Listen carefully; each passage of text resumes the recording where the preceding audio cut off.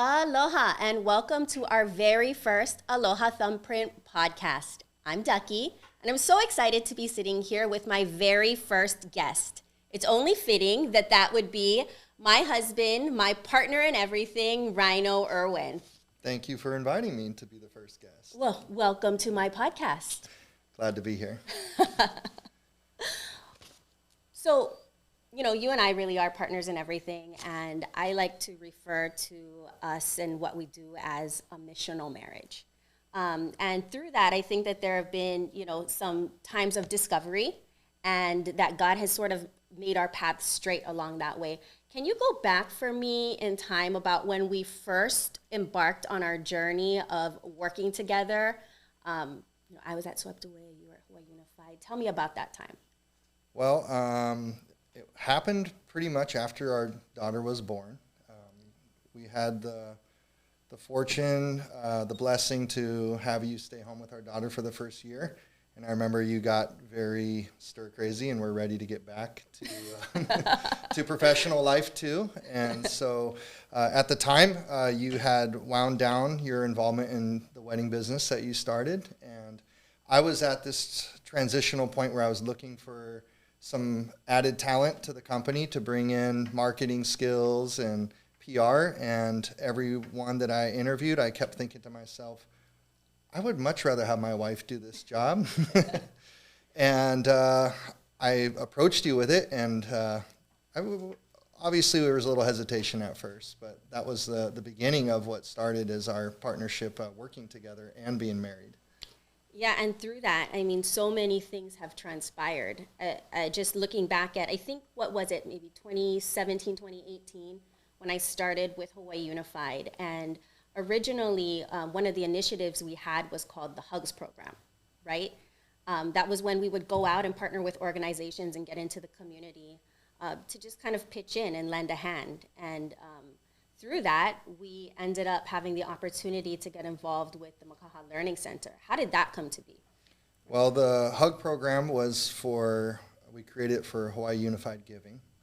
And I remember that we were partnering with local churches at the time to give away food and help the houseless here in the West Side in Makaha.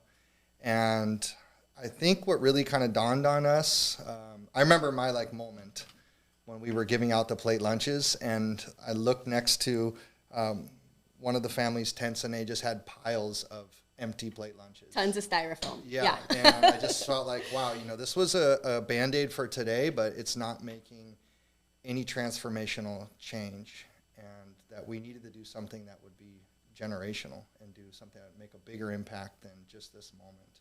Yeah. So I know you obviously inside and out, and I know Hawaii Unified inside and out. But for a lot of people who are listening, they probably have no idea what Hawaii Unified is, what it is that we do. So back it up for me just a little bit and give people a little bit of a glimpse into what Hawaii Unified is, what it stands for, how it came to be. Yeah, Hawaii Unified is a commercial construction company. We got our roots in construction, mostly working with the Fortune 50 retailers that were coming into the Hawaii market in the early mid-2000s, and we would help them open their stores. We would do the build-outs. And then we took on their management of their facilities ongoingly, and then through that we got into energy efficiency, energy generation, solar. So we've evolved a lot as a company, but we're located out here in Makaha. When we first put our roots down, it was a small little office, and over the last 18 years we've grown to about 100 employees and a large facility, and we're rooted out here in Makaha. And Makaha is kind of a strange place for somebody to put down their roots and start their business. But we're still here in Makaha after, 17 years, something like that. What is it about Makaha that keeps Hawaii Unified here? At the time, I had just moved over from Maui, and I was looking for an affordable place to live close to the beach, and that's what Makaha presented. Not really knowing much about the area at the time, so I just rented the first office in Makaha that I could find, and then as our business started to evolve and grow, our roots just got planted, and I knew we were meant to be here, and I knew that we were a part of the community, a beacon, if you will, because we were providing local jobs. And along the way, we've had lots of just feedback that it would be, people would tell us, why don't you move your business, closer to town or whatnot and make it easier. But I really felt it was important that we're here and we stay here. I think for us, a big part of it really truly is about being, like you said, a beacon and being a rock for our community. And through that, as we were able to realize success and blessings with Hawaii Unified, out was birthed the Learning Center. And I remember that time you had come to me with the idea that of taking over the Learning Center, and it had no funding, it had no programs, and it had no home. And it was like really not even what I wanted to do. I wanted to start something from scratch. I wanted to be like, let's make a church in Makaha, whatever. But you were like, no, this is it. We can use the skills that we have. And that's how we landed on the new mission of the Learning Center, which was to provide these opportunities, construction and trade opportunities for our disadvantaged youth and also our Native Hawaiians. So tell me a little bit about how that partnership between Hawaii Unified and Makaha Learning Center works and why it works so well. Well, like you said, I think what we recognized is what the need was. The need that we were challenged with as a company at Hawaii Unified was finding qualified, skilled individuals to hire. And we wanted to hire locally, and we wanted to make a difference that would be lasting, where someone can make a decent living and stay in Hawaii, have a career path. And so, resetting the Makaha Learning Center's mission to being trade education, it just made total sense for us. And that was how we embarked on it. Very challenging in the beginning. As you know, with a nonprofit, you can have a vision. However, it's hard to get people just to support a vision. You have to have proof of concept and fruits of what you've done. And so that's where Hawaii Unified in the beginning really had to be the primary, almost sole contributor to get the Learning Center off the ground. Yep. And I'm sorry, you're like I'm going back down memory lane here, and I'm getting a little bit emotional. Just thinking about it, because through the Learning Center is how this whole journey with Aloha started, right? It began with us just knowing that we had to give, and that we were so blessed that it just wouldn't be Pono to not share that. And speaking of Pono, we actually were introduced to Pono Shim, who became an amazing friend and mentor, and who shared his spirit and his mana'o and his practice of aloha with us. And so we were able to go through his cohort training, and we were able to experience the Aloha Response, which is where we really took a deep dive into the tenets of aloha, and not just the tenets of aloha as they were described by Auntie Pilahi Paki, but also to explore the huna and that secret meaning behind all of that. I know for me it was so incredibly impactful, and I'm a completely different person today because of it. But I want to hear from you. What was your experience of going through that? I was just so honored to be part of that cohort. The fact that he put together a cohort for just 6 of us to come out to Makaha and spend the time and share his knowledge of what aloha is. I mean, it was eye-opening for me, because of course you hear aloha all the time being in Hawaii. Right. Aloha sushi, yeah. Aloha shirt. You're wearing one, yeah. Yeah, but the way that he just shared what it was and how aloha is perpetuated and what its true meaning is, it was just a breakthrough for me to really kind of get that understanding of the deepness of the meaning of aloha. And so I do want to take it a little bit deep, because you came here to the islands when you were 7, something like that, and you landed in Maui. And I remember you telling me that your experience of that time wasn't necessarily, your picture perfect idea of what aloha is. And yet you came back to Hawaii. So walk me through that a little bit. What was that experience like, and what pulled you back here? I had divorced parents. My dad moved to Maui to take a job there as a helicopter pilot. I moved there when I was 7, and it was a huge change for me. I was used to being the majority, you know, as a Caucasian kid in California, Orange County, you know, and coming to Hawaii, it was everything flipped on its head. Suddenly I was a minority. And at the time in Maui, I lived up country Maui. It was very country.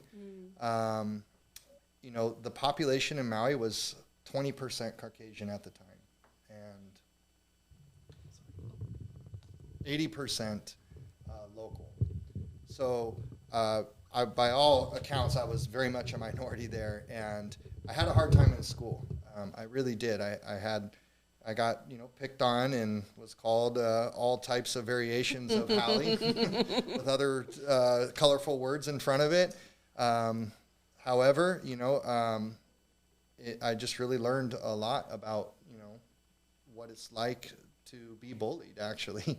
And at a certain point, I chose to move back to California with my mom for high school, predominantly because I was not having a good experience, to be honest.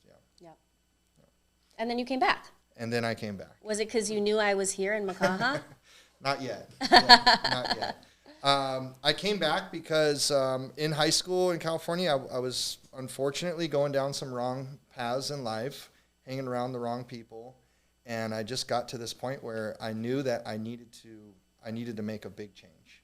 I need to get away from the place and the people that I was around. And so I decided to come back to Hawaii, Maui in particular, and start at Maui Community College and get in school. And so that's what brought me back. And it was a little bit different experience by that time, you know, for sure. You know, the one thing that really makes me so sad is that when I talk to the students at the Learning Center and we go through Aloha, what I'm hearing more and more is, you know, there's no more Aloha, or I've never felt loved before. And that's why it's so important for us to make sure that we're actually sharing this message of Aloha and this message of love, because there are people that really, really need to hear it. And if we can see and experience Aloha dwindling right here in the place where it was birthed and born, then that really tells me that it is more important now than ever to share about this, I don't know, what is it, like this unconditional living and loving. And so, you know, I think the point of all of this is that at the end of the day, we're humans.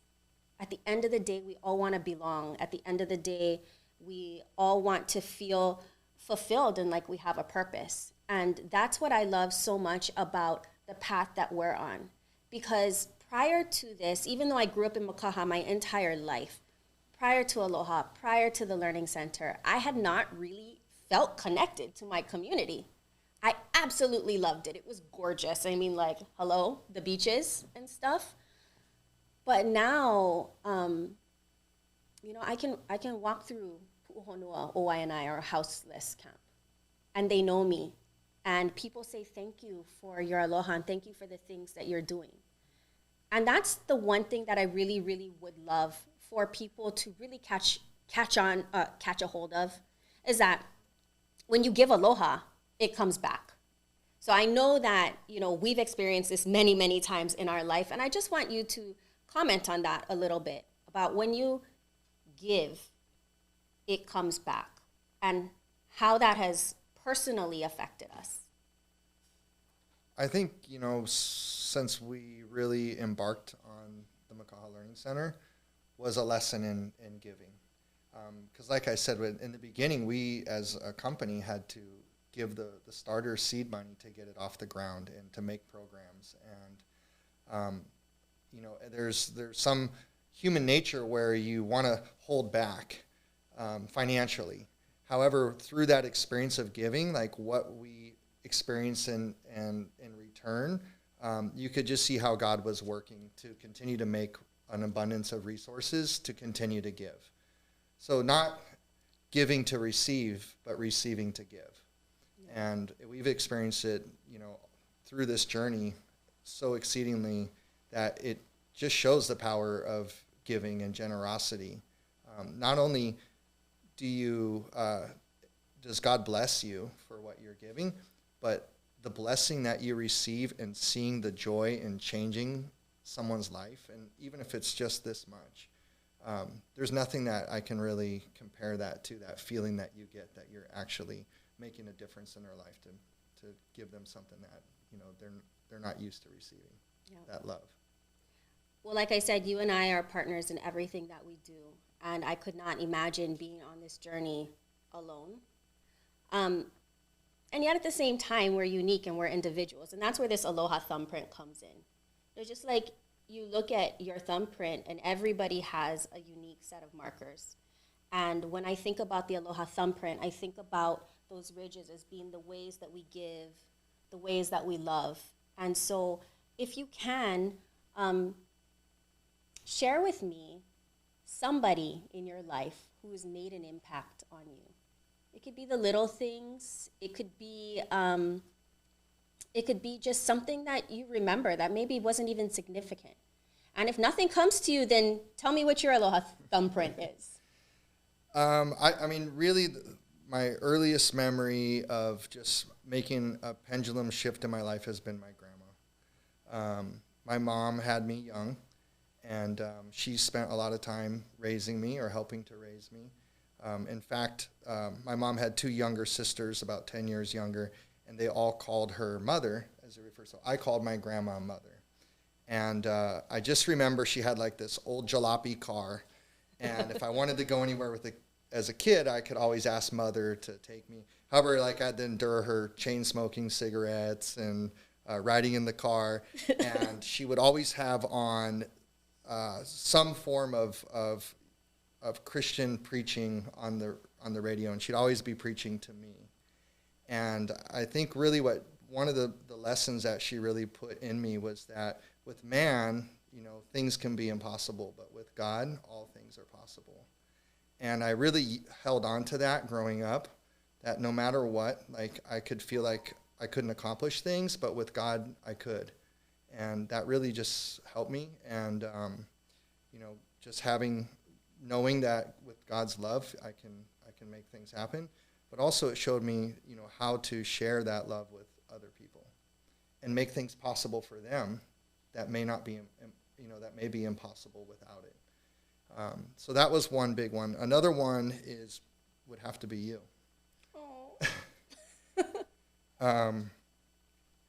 In business, it's easy to operate in a gray area, where you can do things and take shortcuts and, get an edge or an advantage. However, what I've learned through my marriage with you is that you're always constantly asking me, like, is that the Pono thing? Is that righteous? Are you in full integrity in making that decision? And, that's really just always, I have that lens and I have that voice, your voice, in the back of my head when I'm, looking at, opportunities or, projects or jobs and how do we approach it and, how are we going to, overcome this challenge? And your voice is always, are you operating in full integrity? And that's really, helped me a lot of just being my moral compass in a way. Like, I believe God uses a man's wife to remind him of, what he intends for us and how to act and operate. And then the other one that really comes to mind is my father always had a saying, and I'm pretty sure he got it from like reading a Tony Robbins book in the 80s when I was growing up. But he always told me that, people will overestimate what they can accomplish in a year and underestimate what they can accomplish in 5. And really just can bring it all into perspective. If we look back to 5 years ago, 6 years ago, our daughter was born. And then for the first year, you were home with her. Wow. And then the past 5 years, embarking on this journey together, this missional marriage, working together, the Learning Center, how much, we've accomplished, but how much you've accomplished and how far you've come in those 5 years is just a testament to that. Just having that drive and focus and heart, really. It's a heart of love and giving that's really brought you to this point right now. I kind of feel like right now this is a battle of the wills, because I feel like you are using every word in your power to make me want to cry, and I'm using all of my might to not cry. Wow, I love that, and that's why it's so important for us to just aloha where we are, because there's not a price that we can put on our impact. You don't know what your gesture, what your smile, what your words can do to somebody, to their day, how they can think back on that years and years later, and it's just about being a good person and doing the right thing. And so I just, I'm so thankful for Mother. I'm thankful for Papa Rexy. I'm thankful for every person that has developed you into the person that you have come to be.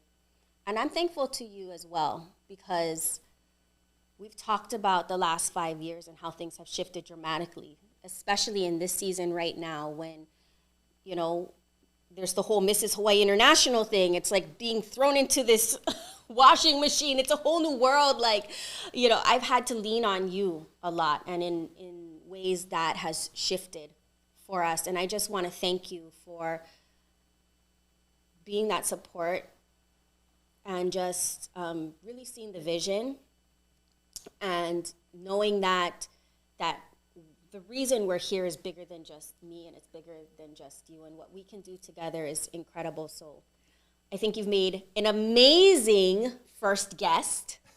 Any critiques? Anything you want to add about Aloha? Anything parting words of wisdom? I'm just thankful that God gave us this opportunity for you as Mrs. Hawaii 2023. Mrs. Yes. Hawaii. And running for Mrs. International. Because like you said, it's given me an opportunity to have a support role. And I think in our marriage, you've mostly had that support role for me for many years. And I believe that God gave me this opportunity to kind of flip it and be a support person for you and what you're doing here. And so it's given me time to reflect and appreciate how much you've done to support me and what I've been trying to, or what I've been achieving through these years. And so I want to thank you. Cool. Awesome. Well, I don't know how much further we could go into this, and I hope that you guys have enjoyed a little bit of a glimpse into Ryno and Duckie and what our world of Aloha looks like. And we just want to remind you that in everything you do, in all things Aloha, in all things love. And we just thank you so much for joining us. First episode in the bag. Mahalo. Aloha.